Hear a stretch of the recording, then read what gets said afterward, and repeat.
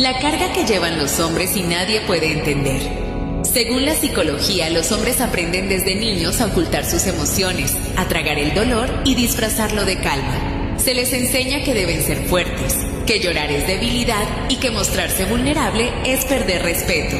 Pero lo que nadie dice es que esa máscara termina pesando más que cualquier problema. Muchos cargan con el miedo al fracaso, con la presión de ser el sostén, con la culpa de no poder fallar. Sonreír cuando están rotos, callar cuando algo los destruye, seguir aunque el cuerpo ya no aguante. Y lo oscuro es que nadie pregunta cómo están, porque todos asumen que pueden con todo. Detrás de cada hombre en silencio hay heridas que jamás contó y noches que nadie vio. No buscan lástima, buscan paz. No quieren admiración, quieren descanso. Porque la carga más dura no es la que se lleva en los hombros, sino la que se esconde en el alma, mientras aparentas que todo está bien.